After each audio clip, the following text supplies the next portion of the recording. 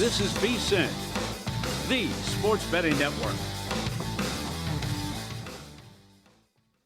Follow the money. That's what I always say. You always follow the money. Yeah. This is Follow the Money with Mitch Moss and Pauly Howard on VSiN.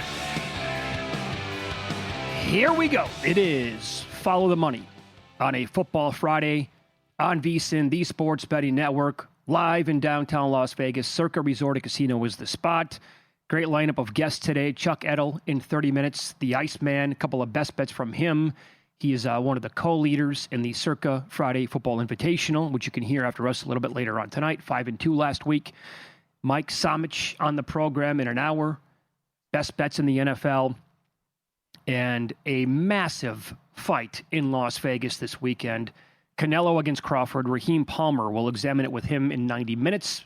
Hopefully get a best bet on the boxing match as well. And we're going to take our time going through the entire NFL card today. Sprinkle in some college football as well. How you doing today, Pauly? All right. Packer fever, catch it.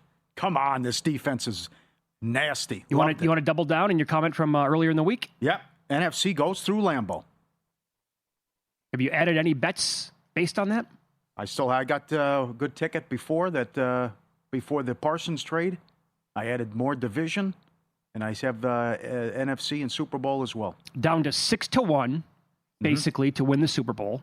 Yes. Which is absolutely bonkers how fast this has happened. Uh-huh. And Jordan Love is now around that same number to win the MVP. Now, that's crazy. Well, he was really good last night, though. He was, yes, but he lost some, he's got a ton of injuries. But that's too aggressive. And 3-1 to win the NFC. Now, minus 160 to win the division. I had to take more of that division. Take some more of that.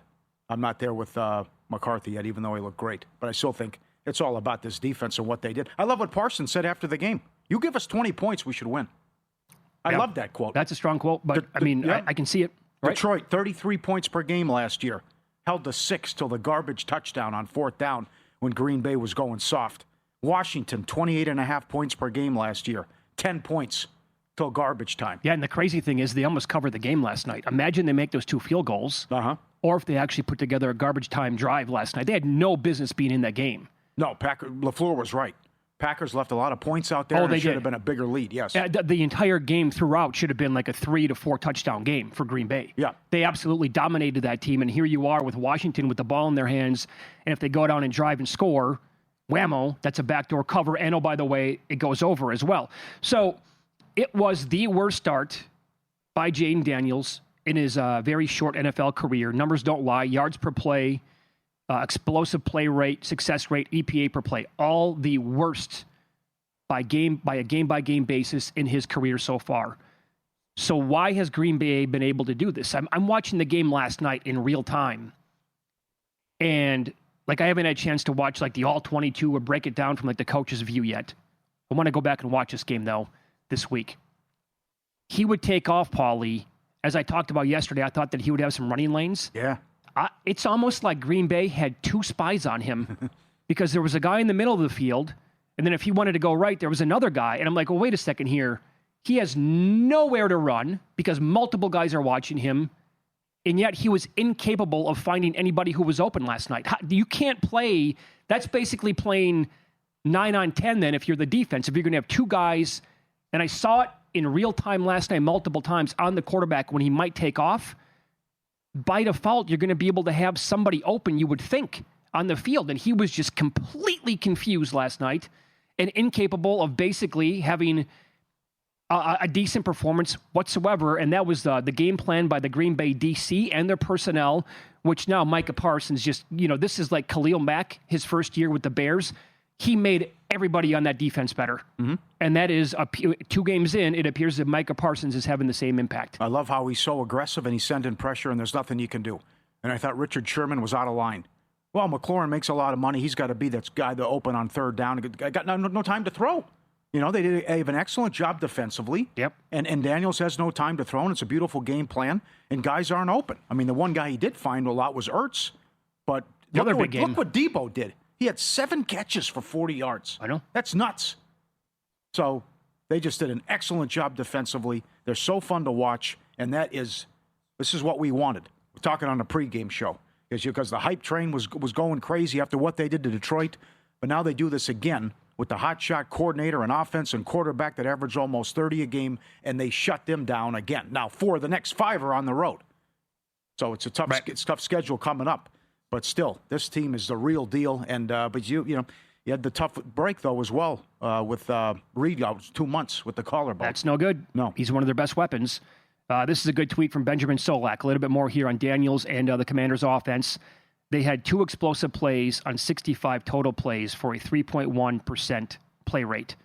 That would have been the lowest explosive play rate in a single game all of last season. That's what we're talking about now. In both games this season, the Packers have notched 4+ sacks, allowed 60 rushing yards or less, allowed 200 net passing yards or less. No other team in the Super Bowl era has done that in each of the first 2 games to begin a season. That is courtesy of OptaStats. So then what's the takeaway here? 2 games that we can tie into this weekend. What do we do with the Lions now against the Bears? Does the offense pop this week because the Green Bay defense is this good? And McCarthy, it was going to take him a long time to warm up, maybe for the Vikings on Monday night against the Bears defense, but what's he got rolling? I don't know. Johnson's back. Maybe Detroit's just broken. We'll see. You get Johnson back for the Bears, that'll be a good test. I'm not ready to say that. I would think they bounce back, but I don't know if what it's going to look like last year. I can't say that. And then the other one is, okay, so the Commanders, again, they outgained New York by, 200 yards last week? Mm-hmm.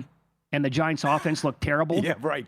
So Dak absolutely owns this Giants team. Well, the other, how many guys are wide open? Kraft is wide open. Oh, the entire game? Yes. Here you go, whatever you want. Deep passes wide open. Underneath stuff wide open. Sure. They missed some throws, too. You had the injury. I mean, the plays were there all day for the passing attack, but we said they were going to sell out to stop the run, and it came back to bite them. They contained Jacobs, but everything down the field was easy pickings for these guys. Here's what I've been saying, by the way, and, for like a good, probably 2/3 of his career already. Once Jordan Love started to play well in his rookie season, like the halfway mark 2 years ago, and especially last year, I like watching the Green Bay offense because he's not afraid to take shots down the field. Mm-hmm. I mean, and again, that sucks now that Reed's out, but that's football, and it's going to happen to almost every team in the league where you're going to lose like a key part at some point this year. But he looks to throw a bomb a lot, and he's not afraid to let it launch. I like watching that quite a bit. And again, if you're gonna not cover Kraft, he's all of a sudden a new weapon who, Reed's going to be missed, but another guy like Kraft could, make it. Yeah, not as much as we think here. He's good. Still waiting for the coming out party with Golden too. But you're going to get Watson back, and they got a ton of weapons, no doubt about it. What happened to Dan Quinn? We were kicking 55-yard field goals now? Well, not only him, but also Kingsbury, the play calling. Paul, there was a spot, 3rd and 5 in the first half, where they threw it deep, and then they settled for a field goal attempt. Guys, what are you doing? You were automatic on 4th down last year, and you settled for, I think it was at the time, a 51-yard field goal attempt, and you threw it deep on 3rd and 5? What the hell was that? Yep. And then that play call later on, I think it was in the second quarter, where Daniels had to throw it like back across his body on like another. What are we watching here? It was horrific play calling last night by Kingsbury. Why are they so slow? And I agree with you. Yeah, they were. They're taking their time. 4 seconds, I think, slower than in week 1. Mm-hmm. So all this talk about the no huddle, and they're gonna, the tempo is gonna be fast. And oh, by the way, I was duped by the Deebo Samuel stuff yesterday. No semblance of a running game, and he was never even considered. Mm-hmm. I don't even know if he was in the backfield once last night. Mm-hmm. Very bothersome. But the reason why I brought that up, where you can tie it in these other 2 games, think about how bad the Giants were last week. Dak's on a 13-game winning streak against that team. If he wins, it would stand as the second longest winning streak against one team in NFL history. Bob Greasy defeated Buffalo 17 straight times. Brady defeated Buffalo 13 straight times. Right now, Dak is tied with Brady's second most all time. That's incredible. And they beat him 15 out of 16. The one loss was Andy Dalton in there. So total ownage here. But that does not bode well for the Giants when you look at that game coming up on Sunday potentially. How about this tweet from Bobby Belt? The last time Dak lost to the Giants, Barack Obama was the president. Game of Thrones had 2 seasons left. Huh. Patrick Mahomes was still at Texas Tech. The Astros hadn't won a playoff series in more than a decade. Mm-hmm. Cooper Flagg was 9 years old. Dabo Swinney did not have a title. I can't believe it's been that long. Yeah. I think Lamb has a big game based off the drops and what he did or failed to do against the Eagles. And I think Wilson's going to have a tough time moving the ball. But I do like this, that it should be our guy, Cam, hopefully. A lot of stop catching the ball out of the backfield. I hope so. Because you look at what Dallas played last year and week one, that should be a lot of dump-offs. But the guy was only on the field for 8 plays. Now plus 350 to score a touchdown now. You just don't know what these coaches are going to do. Good point. And how they treat rookies. But Cam should have a good game for us, hopefully. Sky is falling, potentially, in so many NFL cities across the country after this week. One of them is going to be that Detroit team. If they don't pop, look good, and they got to come out with a win. Otherwise, people are going to just be like, oh, my God, it's over. And not only over this year, people are going to say the Super Bowl window is over. Well, everyone knows that 10-0 ATS off a loss. See if they bounce back. That's pretty good. And it's a big game for Caleb Williams. He's got to be able to move the ball here. And the 29% off target rate in the Monday night game. So he has to bounce back, too, and have a better second half. How about Miami? They had a players-only meeting. After week one? Make sure we're on the same page was the quote. How do you get off page? What does that mean? Oh, if ever a team has had quit written all over it, it could be them. Yeah, that's a very important first half. VSiN Pro delivers real-time DraftKings and Circa betting splits. See where the public and sharps are putting their money. The morning email from Bill 80. Every pick, every host, every guest. 24/7 video, $9.99. Jump in now, vsin.com/subscribe. You'll love the website. Up next, a huge divisional dog this weekend has actually won or lost a one-score game 5 out of their last 7 meetings.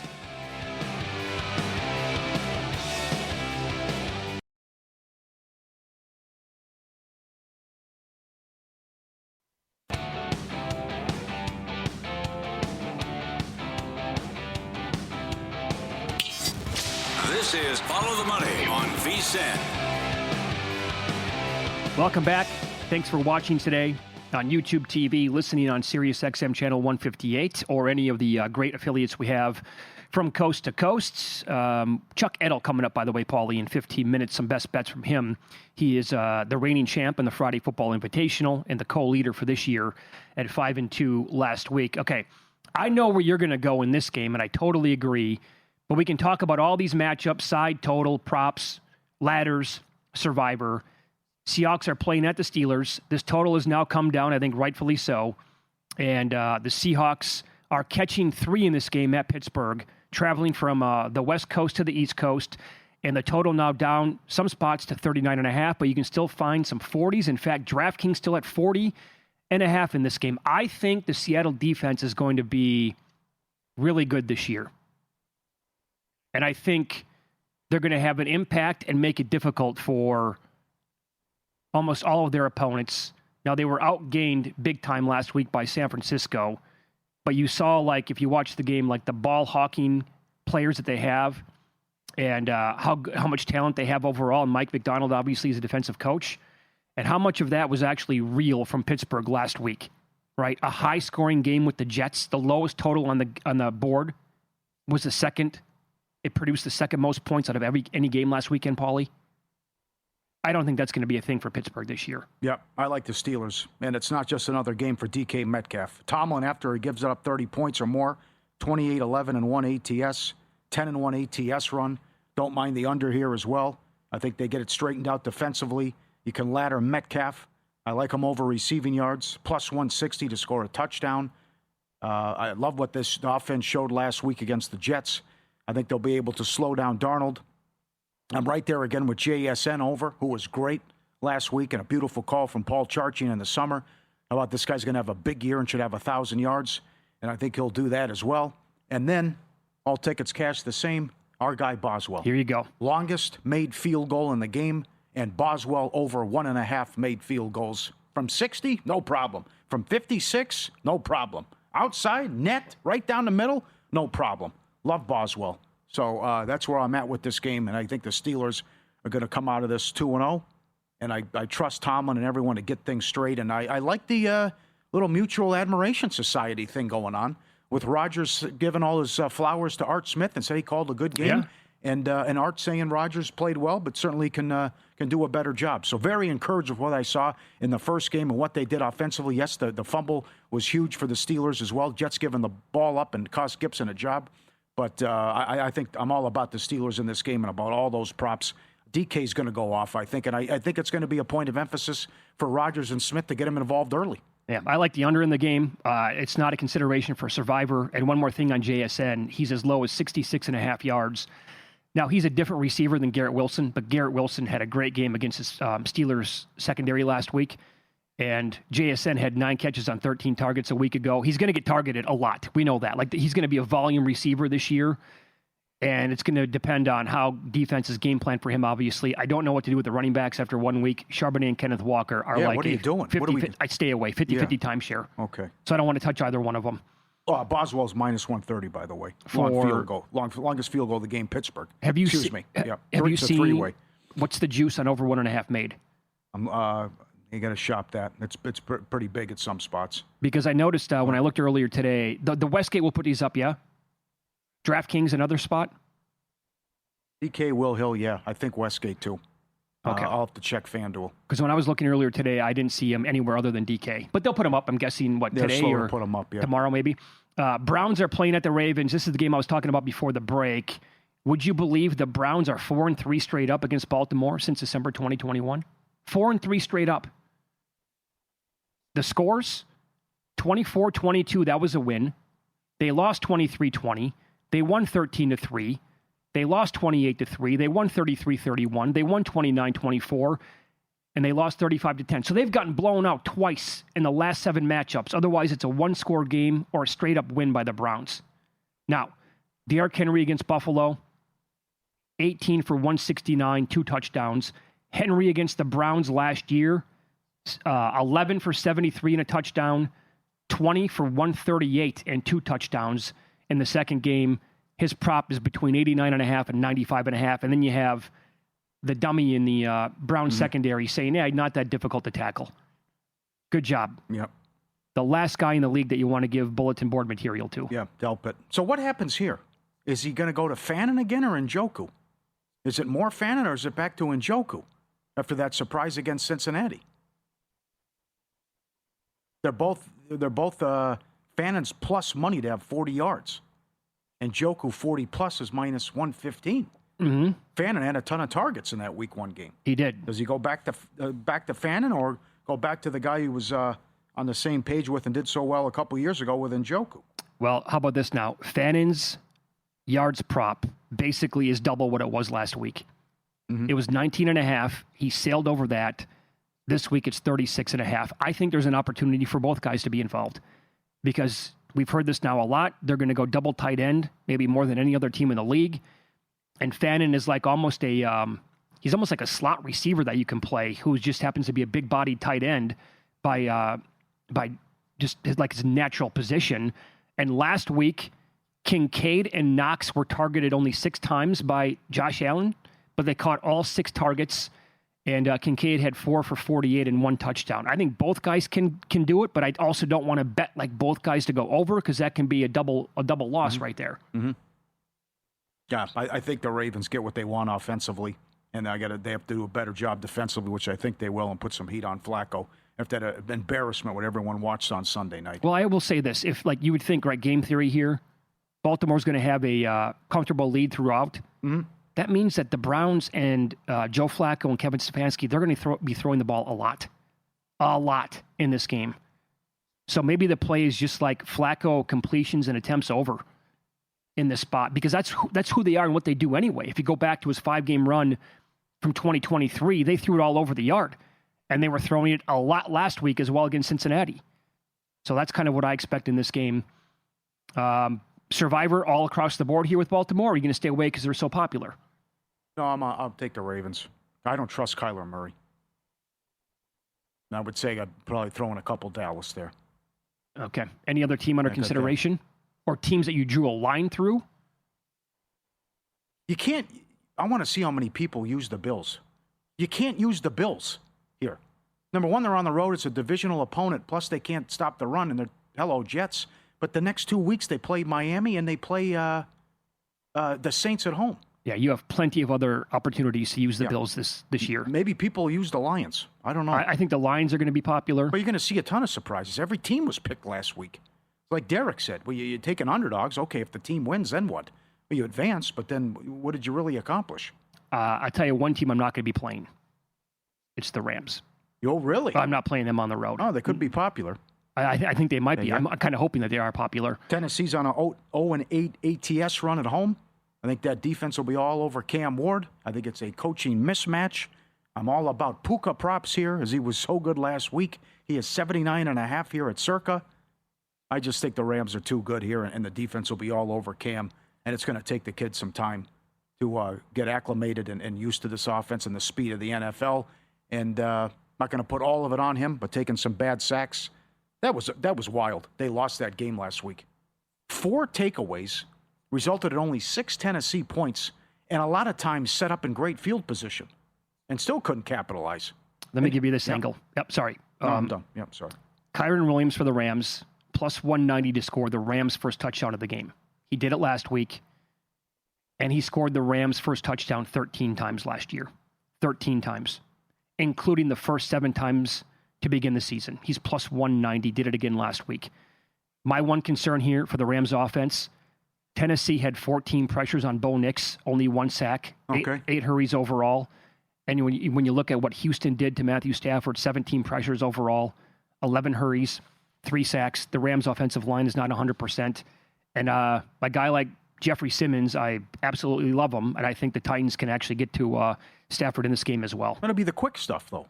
I'm sure it will be. That's why, like, the Puka thing, even when he got hurt last week, doesn't matter. 11 targets, 10 catches, 130 yards. Right. So he'll probably just have a lot of yak in this game and get it out immediately. And Love that's the weapons. Yeah. They've covered 5 in a row, too. So I think that line's too low. I think the Rams will cover. The Rams have covered 5 in a row. Rams have covered 5 in a row, yes. Yeah. I think they'll get it done again. And the defense was phenomenal against Houston. Oh, they were really good. I mean, you saw the issues Houston had. You know, what's Ward going to do? I don't think it's going to go well for him. But do you think it's worth playing in Survivor? I can't, because they have other spots coming up that I want to save them for. I think there's a Saints in November. Saints game at home. Yeah. All right. But if you have a bunch, if you want to get creative and mix and match, that's fine with me. Let's follow the money here on VSiN, the Sports Betting Network. Professional sports bettor Chuck Edel on the program coming up next. We will get some of his best bets for the football weekend here on VSiN.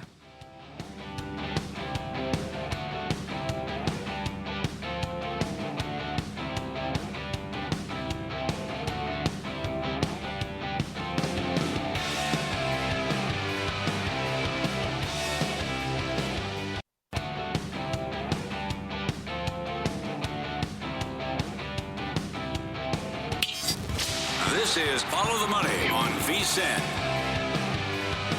It's good to have you on board. Every Friday at this time, we head out to the Progressive Guest Line as professional sports bettor Chuck Edel joins the program, the reigning, the defending champion in the Friday Night Football Invitational here on Circa, at Circa and on VSiN, and he went 5-2. He's one of the co-leaders this week. Nice start, Chuck. Thanks for the time today. How are you? Great. Thanks for having me. We've been talking a lot of NFL so far today, and obviously this week. After week 1, you get a lot of overreactions. I will raise my hand. I'm certainly guilty of doing that. Got to try to avoid that when you can.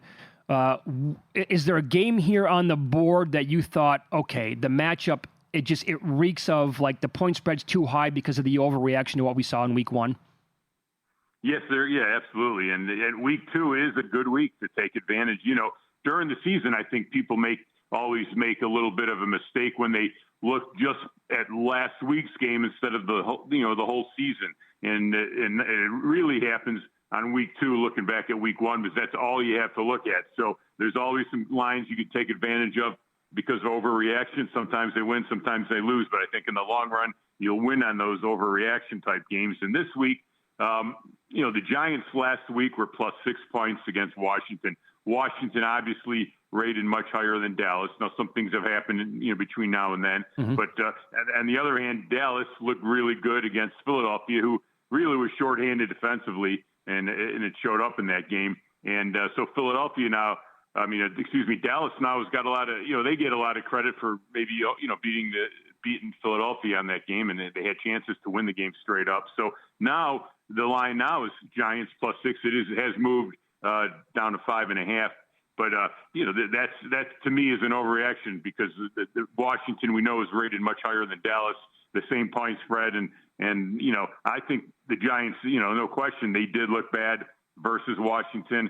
But this is week 2; they'll make some adjustments. I think this is a good matchup for the Giants. I think the Giants' defensive line could definitely take advantage of that young offensive line for the Cowboys, and I think the Cowboys will have trouble with the Giants on the defensive line, and their Dallas' secondary is a bit banged up. They got a big injury back there, and I would expect, Russell Wilson, obviously with a bad game week 1, heard a lot of boo birds, a lot of media jumping on him. I would expect for him to improve a little bit here on week 2, and I'm sure they made some adjustments, and I think plus the points is the right side here. The Lions were terrible week 1. Most people expect them to bounce back. Will you take your Bears if it gets to 7?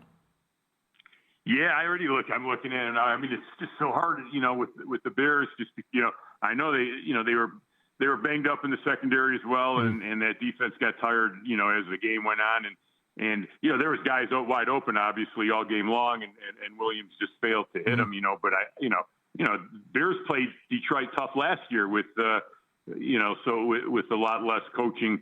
So, I mean, that to me, that line looks a little bit high to me. I would only look at the Bears in that game. All right, very good. A couple games tonight in college football. You're on the total here with Kansas State and Arizona. Currently, it's 54.5. What did you play? Yeah, I went over in this game. Matt Wells comes over, a new offensive coordinator there for Kansas State. He was the coach at Utah State. He coached at Texas Tech. He likes to play fast. You wouldn't know that if you looked at the stats, because last week, Army held the ball. I mean, Army dominated the Kansas State defensive line. They had the ball in that game for 40.5 minutes. Kansas State only had it for 19.5. So if you look at how many plays they ran and their yardage, it could throw you off there. The time of possession played a big role in that. The first week, the bad weather there in that game in Ireland. So now they're playing an Arizona team whose offense has improved. They hired the offensive coordinator from South Carolina, Dow Lodgins. And the first 2 games, they're averaging 44 points so far in their first 2 games. Last year, they only scored 44 points in 2 games all season. Their quarterback, Noah Fifth, they had 5 touchdown passes last week. They like to throw the ball. They're going to throw the ball as much as run it. And this Kansas State defense has not looked well so far this season. 2 weeks ago, they allowed 35 points to North Dakota. And like I said, last week, the Army offensive line dominated the Kansas State on the line of scrimmage. And, Arizona's defense last year gave up over 31 points a game, 6.3 yards per play. So I think it's been a little bit deceiving, and I think this game goes over the total. It's pretty much 54.5. Very good. Follow the money here on VSiN, the Sports Betting Network. Our guest, professional sports bettor Chuck Edel, and he is on the Progressive guest line. Now, how about this game tomorrow? It's going to start at noon Eastern, but in the Central Time Zone in Chicago between Oregon and Northwestern. That's 11 a.m. But also on top of that, that means it's a 9 a.m. body clock game for the Oregon Ducks, a team that just absolutely throttled Oklahoma State last week, and they had a lot of fun doing so. Now they go on the road here in an early game. They're laying 27.5. Total is around 48.5. What did you do with that? Yeah, this is probably for a lot of people is going to be a hold your nose game if you follow my play here, because it'll probably scare a few people. But I do like the game under. And you mentioned, last week Oregon's offense was so fired up last week. Every article you read, they talked about what Mike Gundy said about the team. He called out Oregon for buying their players and really ridiculed them. They were so fired up for that game. They were not taking the foot off the gas pedal, and it showed. So this week now, like you said, Mitch, the 9 a.m. game. I don't feel like they're going to keep the foot on the pedal in this game. First of all, they had the Civil War next week against Oregon State. The week after, they go at Penn State, which is one of their bigger games of the year. And now they're playing a Northwestern team in front of, maybe they'll have 12,000 people there, because they're Northwestern, they're renovating their stadium. So now they're playing like in a backup field, and it only holds 12,000 people. So they're going to be playing at 9 a.m. in front of 12,000 people. They're not really used to that. And, there's been a lot of talk, too, about the Oregon's offense. But don't count this defense out. They have a top 10 defense. They really have solidified their defense last week. They held that Oklahoma State team to 3 points, 211 yards. Northwestern has a decent defense, but their offense is below sea level. And to make matters worse, they lost one of their best offensive players last week, running back Cam Porter, huge part of that offense. He got injured. He's out for the season now. And, even with him in that first game of the season against Tulane, Northwestern was only able to muster up 237 total yards in that game. So this being a lower scoring game, I don't think Oregon runs it up in this one. And I do like it to go under the total. Very good. Can you give us a tease tonight, your plays that are going to be on the Friday Football Invitational with Matt Humans following us? Do you know how many college totals you're going to have on your card? I will have 4 totals, which is the max they let me have. I'll have 4 totals. Okay. And might have one NFL game, and then definitely have a couple sides I really like in the college football as well. Oh, very good. Can't wait to hear your plays for tonight, Chuck. Thanks so much for the time today. Go get him again this weekend. All right. Awesome. Thanks, guys. Have a great weekend. He's on X at Chuck Edel. Join us on the Progressive Guest Line. That, as you said last week, Pauly, it's the Chuck Edel rule. It is. You can only have 4 totals because he's so good at them. Like the Edmonton Oilers with Gretzky.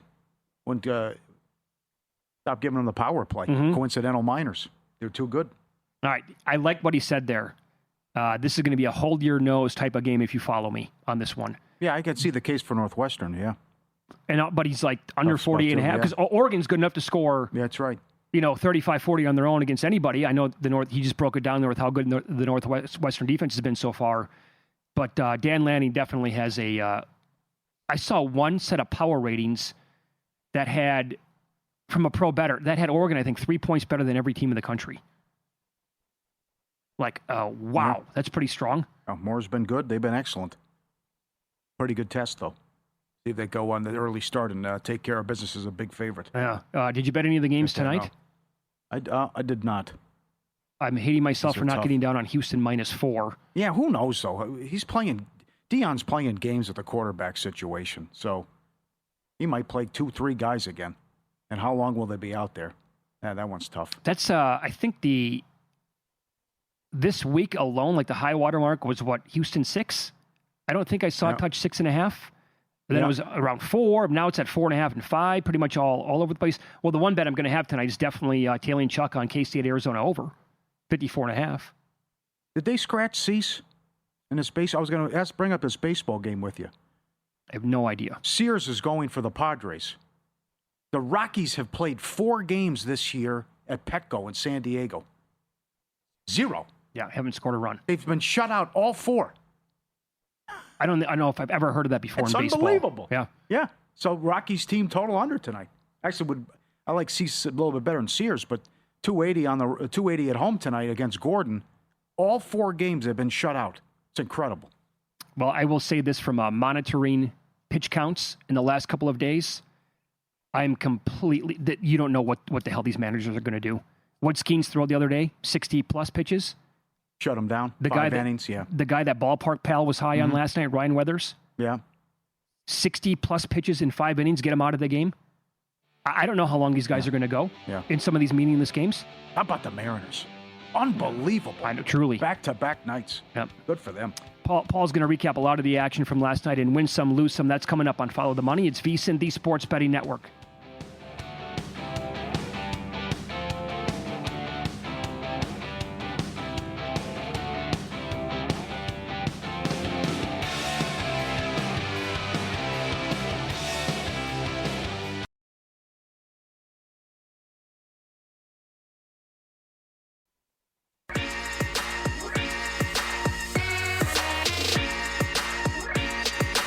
Win Some, Lose Some is sponsored by the Sharp Plays.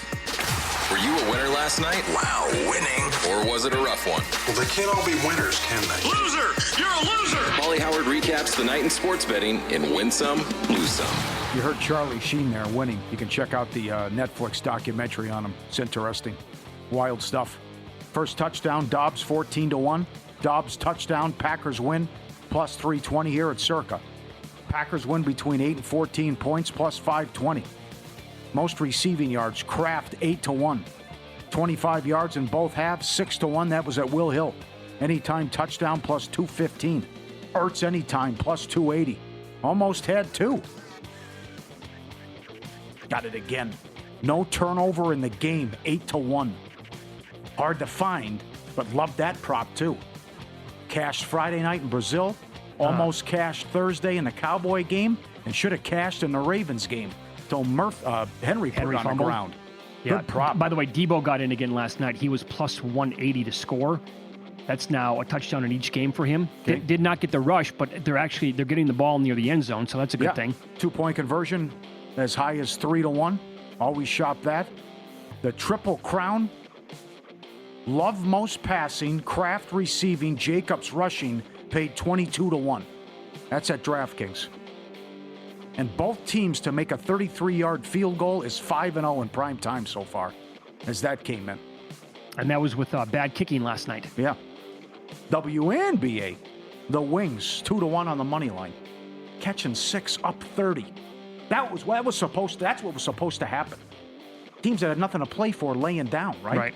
But that didn't happen with the Lynx, who had nothing to play for but went out and spanked Golden State, and now that's who they meet in the first round of the playoffs. Aces bury the Sparks, the 2 seed. 16 wins in a row now for Las Vegas. So does Wilson do this now? She was named AP Player of the Year today. Does she pull off? She was $9 to win the MVP. I think that's too high because the Collier 90, 50, 40 is getting out there. It is. 90 from the line, 50 from the field, 40 from 3. And I think voters might look at that and say, Yeah. best team in the... Because I think WNBA voters, I think there are some people who are still upset over what happened a couple of years ago when Alyssa Thompson did not win the MVP when she probably should have. Imagine that. Question marks out there for people who have votes. Golden State, Minnesota under 154.5 down to 150.5. A pat on the back followed by a kick in the ass. Great job by the NBA to say the half-court heave is now not used against your field goal percentage. So guys will actually shoot the ball now at end of quarters. But this is some incredible stuff from Tim McMahon from ESPN. Devin Booker, last 3 seasons, 0 heaves. Most minutes in the league without a heave. Brunson, 1 is his career. 1. Harden, 1 since he left Brooklyn. Zach LaVine, excellent from 3. 0 in the last 4 years. I would have benched these guys the first time they did it and say, you knock this off right now. Wait, if you have a chance to shoot the ball before a quarter and you're not going to do it because you don't want to affect your stats, you're sitting right next to me. So you like what the NBA did, catering to the players? I think you need to have that in there, yes. I think I absolutely hate it. Okay. I was disgusted when I saw this rule come across. Really? Oh, my God. The pampering for these players is completely out of control. This is Exhibit A. I know, but you saw the acting, though, right? Every guy has an acting job. Of course they do. They look at the clock and pretend like you lose the They ball. dribble into a defender. I can't get it around him. Yeah, right. Like he's in the way. Imagine Right. that. Imagine Yeah. you're making $50 million a year and you think that one shot at the end of the third quarter from 84 feet is going to affect what people think about you. Incredible. How spoiled are these people? Yeah. I can't believe the research he did to find all that out. Devin Booker, 0 in 3 seasons. That really bothers me. I hate the league. Subscribe, be part of the team, vsin.com, our radio and podcast friends. You always want to see these tweets and videos. At Pauly Does Vegas on Instagram. Send them in. We'll put you on. This is excellent. A dog jumping into all the balls.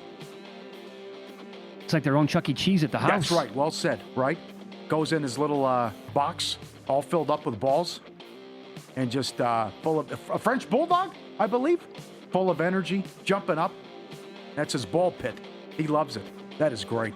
I got to get one of those. That is excellent. Get one for Jordan. And how about this? Interesting compilation here. Dogs visiting the zoo. You got the tiger coming up to the glass. Who are you? You got, what's that, a camel or something? Gorilla? It's going so fast, I have no idea. There's a bunch of them, yeah. Well, the guy brought his dogs to the zoo, and all the animals are like, hey, can I come over and see what you're up to? And like the animals are fascinated by the dogs. I didn't know And they dogs were wanna come actually up. allowed to go to a zoo. Yeah. Well, you got the vest on them. I think anything goes, right? Oh, that's right. True. Incredible compilation. Very good. Here's my Luso. This guy's getting into Bud Selig territory. An all-time bad quote from Adam Silver the other day about fans complaining about how much it costs now for streaming packages because you got to have Amazon and Peacock and everything. Well, you still got the highlights, which are free. It's a highlight leak. What? I'm not going to watch the games. That's. What about my local team? What if I'm a Laker fan? That is an asinine comment. Of course it is. Oh, is that all-time bad? You just got a $70 billion package streaming with the TV rights and everything. Well, you got the highlights for free at least. Do you know that out here in Las Vegas on YouTube TV, even with the package, which I pay for every single year for this league, I can't get Lakers games? Spectrum is not anywhere to be found. And because I don't have Spectrum on YouTube TV, they don't offer it there. Really? I can't get the game on the package because it's blacked out. I can't get Sacramento Kings. I get them. Well, that goes back. Brian Windhorst lives in Nebraska. He can't watch the Denver Nuggets and other teams. Now, Matt, think about that for a second. Yeah. Liberty, 9 up to 15. No good. Sky kept it close. NC State, Wake Forest under. 56.5 down to 52.5. I mentioned the Rockies. 4 trips to San Diego, shut out in all 4. How about the Mets? Last night, lost again. This hadn't happened in the modern era. They scored 4 runs in the first inning. They didn't have a guy reach base the rest of the game. Players only meeting? Much like the Miami Dolphins here, guys. And 2 vicious beats. This one benefited our buddy Ozzie, TMI Ozzie. Jordan Love under rushing attempts. Goes over with the 2 kneel downs. How about that beat? He only had 1 rush. Okay, he had 1 rush for 14 yards. And what was the prop? 2.5. It was 2.5. Yeah. Kneel down, kneel down. Well, how about 2 of the guys I talked about yesterday got sacks? Okay. The one guy, Armstrong, was higher than 2-1. That was on that last play where he rolled out, scrambled. Falling down. Yeah, the falling down. He had no business getting the sack in the game, but he did. Right. And the Mariners' first 5. They led 4-0 in the 4th, 4-2 in the 5th. Trout went deep. Angels tied it up. An incredible game. 7-6 and 13. They were down. They tied it. They were down again. They got 2 to walk it off. Back-to-back night. Seattle tied for first. Before the line moves, the sharp play's already there. They don't just follow the market. They help move it. You're not going to outsmart billion-dollar books or full-time sharps on your own. With the sharp plays, you don't have to. Jeff and the crew do a great job and been with Follow the Money since day one. 2011. Documented results, public logs, transparent receipts. SharpPlays.com. Trusted by pros. Watched by the books. Visit SharpPlays.com and stay ahead of the line. But that's like saying, don't go to the movie. You can just watch the trailer. Sure. Adam Silver. Right. Oh, my God. Yeah. Here's a 30-second trailer for you on TikTok. Isn't that good enough for you? How big of a waste of money is this? We have not had a defensive player in the NFL win the MVP since 1986, Lawrence Taylor. I thought J.J. Watt had a great case here. So did he. Go ahead, yeah. What'd you do? I took pizza money today on Micah Parsons 400-1. All right. There you go. You're on the team now? You buying the Packer hype? You coming over to my side? They're very good, but I'm already like all in on the Rams, so I'm not going to add another team. Uh-huh. But no, they're very good. Now I missed every good number imaginable on the Packers. So I think it's just a great marriage between the DC and Parsons and the fans. How about last night on Amazon after the game? Thanks, Jerry. And they're clapping like that, and you could just see like he was eating it up the entire time. He loved it. Yeah, good job. Yeah, it's going to be that's a special spot for him to be. Oh, he's a beast. He's very good. Yep. So look, I mean, if the season if they played it out 400 different times, all I'm asking, would Micah Parsons be in the mix to win the MVP more than once? If they played it up, because he's 400-1. That's what I bet him at today at Circa. Just get in the mix. Number 1 defense, 20-some sacks. Well, quarterback doesn't causes go crazy. Fumbles. A weird year with the league. Yeah. How the hell did Mark Mosley win it? A kicker won it in 1981 or something, 82. How did that happen? I mean, can you imagine what a kicker would have to do today to win the MVP? They'd have to have like 9 game-winning field goals from 60 yards out. Yeah, have to be Aubrey or something, or Boswell. Yeah. Even then, I don't think they would give it to him. Yeah, probably not. Honestly, that's all my hope is for. Like, December rolls around, Parsons, 16 sacks, my God, and the narrative is just taking off for that guy. Up next, VSiN host Mike Somich joins the program. We will empty the chamber with his Week 2 best bets in the NFL. He is climbing the ladder, baby, with one of his props. Some sides that he likes, all coming up next here on VSiN.